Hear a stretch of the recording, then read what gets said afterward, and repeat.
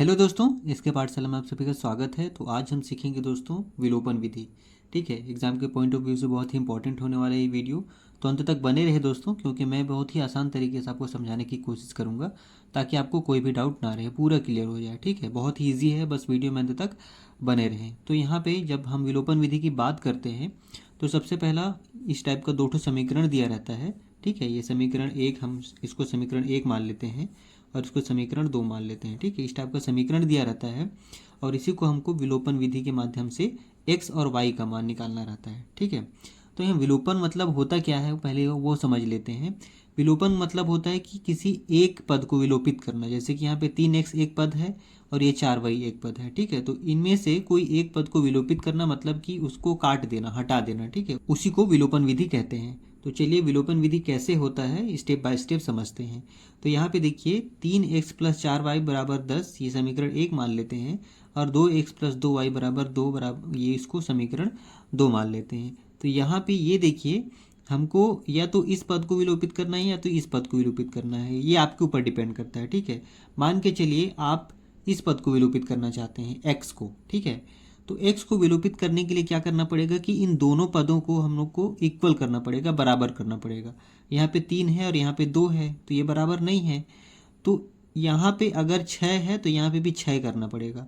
यहाँ पे अगर 9 करेंगे तो यहाँ पे भी 9 करना पड़ेगा। ठीक है, तो बराबर करने के लिए एक सिंपल सा तरीका है। देखिए यहाँ पे जो संख्या है ना, इसका गुणा आप यहाँ कर दीजिएगा। ठीक है, और यहाँ पे जो संख्या है इसका गुणा आप इस समीकरण में कर दीजिएगा। अब कैसे करेंगे, देखिए मान के चलिए अगर हम इस 3 का गुणा इस 2 में करेंगे तो 6x हो जाएगा। वैसे ही इस 2 का गुणा इस 3 में करेंगे तो 6x हो जाएगा। मतलब दोनों तो पद देखिए समान हो गया। चलिए आगे बढ़ते हैं। तो इसको हम लोग लिखेंगे कैसे वो हम लोग देखते हैं। तो यहाँ पे समीकरण एक में कितने का गुणा कर रहे हैं, 2 का गुणा कर रहे हैं। समीकरण एक में 2 का, तथा समीकरण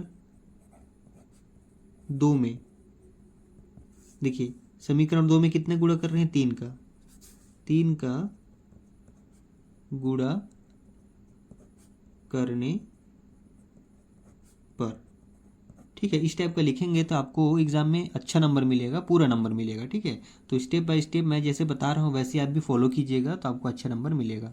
तो यहाँ पे हमने क्या किया, समीकरण एक में 2 का गुणा कर रहे हैं। ये देखिए समीकरण एक है उसमें 2 का गुणा कर रहे हैं, और समीकरण दो में 3 का गुणा कर रहे हैं। इस समीकरण दो है जो उसमें हम लोग 3 का गुणा कर रहे हैं। तो जब गुणा करेंगे तो कैसे होगा, यहाँ पे देखिए ये 2 का गुणा इस पूरे समीकरण में होगा, मतलब इसके साथ भी होगा, इसके साथ भी होगा और इसके साथ भी होगा। तो 2 का गुणा जब 3x के साथ होगा तो कितना हो जाएगा, 6x हो जाएगा। क्लियर है। अब फिर 2 का गुणा 4 के साथ, यहाँ पे बीच में प्लस है तो हम लोग प्लस कर लेते हैं। फिर 2 का गुणा 4 के साथ होगा तो 4 दूनी 8, और ये y वैसे आएगा, बराबर। उसके बाद में 10 का गुणा फिर 2 के साथ, तो 10 दूनी 20। इतना क्लियर हो गया दोस्तों। यहाँ पे जो हमने लिखा था उसी को हम लोग कर रहे हैं कि समीकरण एक में 2 का गुणा कर दिए तो कितना आ गया ये। अब हम लोग मान के चलो इसको समीकरण 3 मान लेते हैं। अब उसी प्रकार से हमने क्या बोला है, समीकरण 2 में 3 का गुणा करने पर, इस समीकरण 2 में हम लोग कितने गुणा कर रहे हैं, 3 का कर रहे हैं। तो 3 का गुणा 2x के साथ, तो 3 दूनी 6x हो जाएगा। बीच में प्लस है तो प्लस कर देंगे, और उसके बाद में 3 का गुणा फिर 2 के साथ, तो 3 दूनी 6y बराबर, फिर 3 का गुणा 2 के साथ तो 3 दूनी 6। ये आपको क्लियर हो गया होगा। ये हम लोग समीकरण 4 मान लेते हैं इसको। ठीक है, अब इतना करने के बाद क्या करते हैं, अगला स्टेप कि समीकरण 3 और 4 को घटाना पड़ेगा हमको। ठीक है, तो आगे हम क्या लिखेंगे, समीकरण 3 व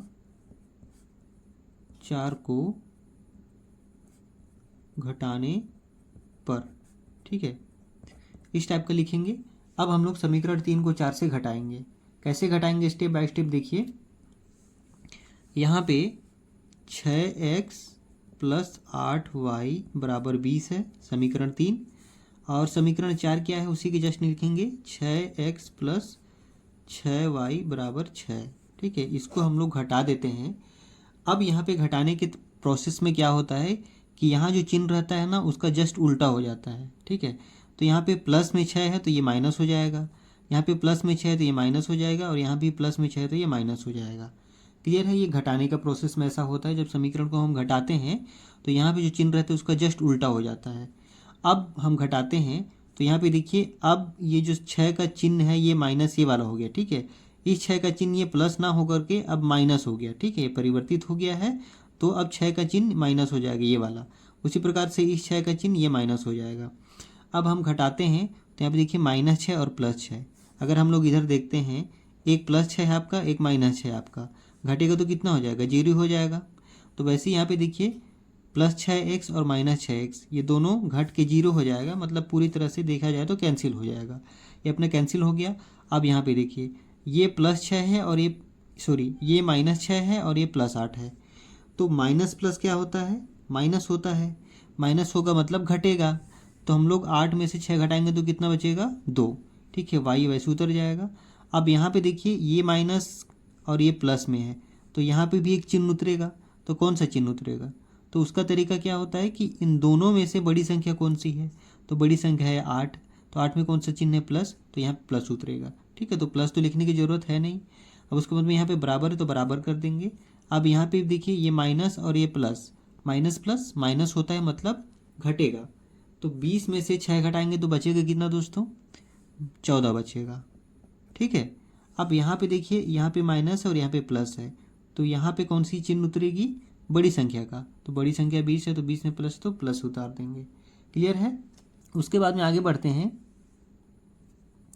अब देखिए y बराबर क्या हो जाएगा, ये 14 इसी पार है ना। अब 2 को है ना उस पार भेजना, हम लोग को बराबर से उस पार भेजना है। तो 2 जो है ना y से गुणा है तो बराबर उस पार में जाएगा तो भाग हो जाएगा।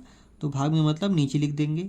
अब इसको काट देते हैं, 2 1 कम 2, 2 7 14, ठीक है। तो y का मान कितना आ गया हमारा, 7। ये हमारा एक y का मान आ गया। अब इसी y के मान को हम लोग समीकरण 1 में रख देंगे। तो हम लोग का समीकरण 1 कौन सा है, ये देखिए ये हमारा समीकरण 1, ठीक है। इसी में हम लोग y का मान जो निकाले हैं, y का मान नीचे हम लोग निकाले हैं 7, इस y के मान को हम लोग यहाँ पे पुट कर देंगे। तो समीकरण 1 क्या है, 3x + 4y = 10। देखिए मैं यहाँ पे समीकरण 1 को लिख दिया हूँ, 3x + 4y = 10, ये हमारा समीकरण 1 था। और उसी समीकरण 1 में हम लोग y का मान रख देते हैं। y का मान हमने कितना निकाला है, 7। अब देखिए आगे 3x + 4, ठीक है। y की जगह में हम लोग को 7 रखना है, तो यहाँ पे कोष्टक में 7 लिख दिए बराबर 10, ठीक है। उसके बाद में अगले स्टेप क्या हो जाएगा, 3x प्लस, अब देखिए 4 कोष्टक के अंदर कोई संख्या रहता है तो कोष्टक मतलब गुणा होता है, तो 4 × 7, ठीक है। इन दोनों को गुणा करना पड़ेगा, तो 4 7 28 हो जाएगा दोस्तों, ठीक है, बराबर 10 हो जाएगा ये। उसके बाद में अगला स्टेप क्या आएगा, 3x। अब हम लोग को x को छोड़ करके सभी संख्या को उस पार भेज देना है, बराबर के उस पार, ठीक है। तो 3x वैसे ही रहेगा बराबर, ये 10 बराबर इस पार रहेगा। अब ये वाला 28 जो है ना बराबर के उस पार भेजना है, तो ये प्लस में है तो ये माइनस में 28 हो जाएगा, ठीक है। अब अगला स्टेप क्या हो गया, 3x बराबर, अब यहाँ पे देखिए ये प्लस है और ये माइनस है, प्लस माइनस क्या होता है, माइनस होता है, मतलब घटेगा। तो 28 में से 10 घटाएंगे तो कितना बचेगा, 18 बचेगा। अब यहाँ पे कौन सा चिन्ह आएगा, देखिए तो हमेशा मैंने बताया है कि इन दोनों में से जो बड़ी संख्या होती है उसी का चिन्ह नीचे आता है। तो यहाँ पे 28 बड़ी संख्या है, तो बड़ी संख्या में माइनस है तो यहाँ पे भी माइनस आ जाएगा। क्लियर है, इतना क्लियर हो गया होगा। अब उसके बाद में अगला स्टेप क्या हो जाएगा, x बराबर, ये -18 इसी पार है, अब ये 3 को हम लोग उस पार भेज दे रहे हैं, तो ये 3 जो है गुणा में था तो इस पार जाके भाग हो जाएगा। क्लियर है। अब 3 को हम लोग काट देते हैं इससे, 3 × 1 = 3 और 3 × 6 = 18। तो x की वैल्यू कितनी आ गई, ये माइनस थी तो -6। क्लियर है दोस्तों। तो हम लोग का यहाँ से x का वैल्यू कितना आ गया, -6। तो x बराबर -6, ये हमारा आंसर हो गया। यहाँ पे y का वैल्यू कितना है, 7, और x का वैल्यू -6। तो इस प्रकार से विलोपन विधि बनता है दोस्तों। आशा करता हूँ कि आप लोग को ईजिली समझ में आ गया होगा, और अगर आया तो प्लीज़ वीडियो को लाइक करें दोस्तों, और अगर चैनल में नए हैं तो चैनल को सब्सक्राइब भी कर लीजिए। तो चलिए दोस्तों, इस उम्मीद के साथ आप लोग से विदा लेता हूँ, तब तक के लिए नमस्कार।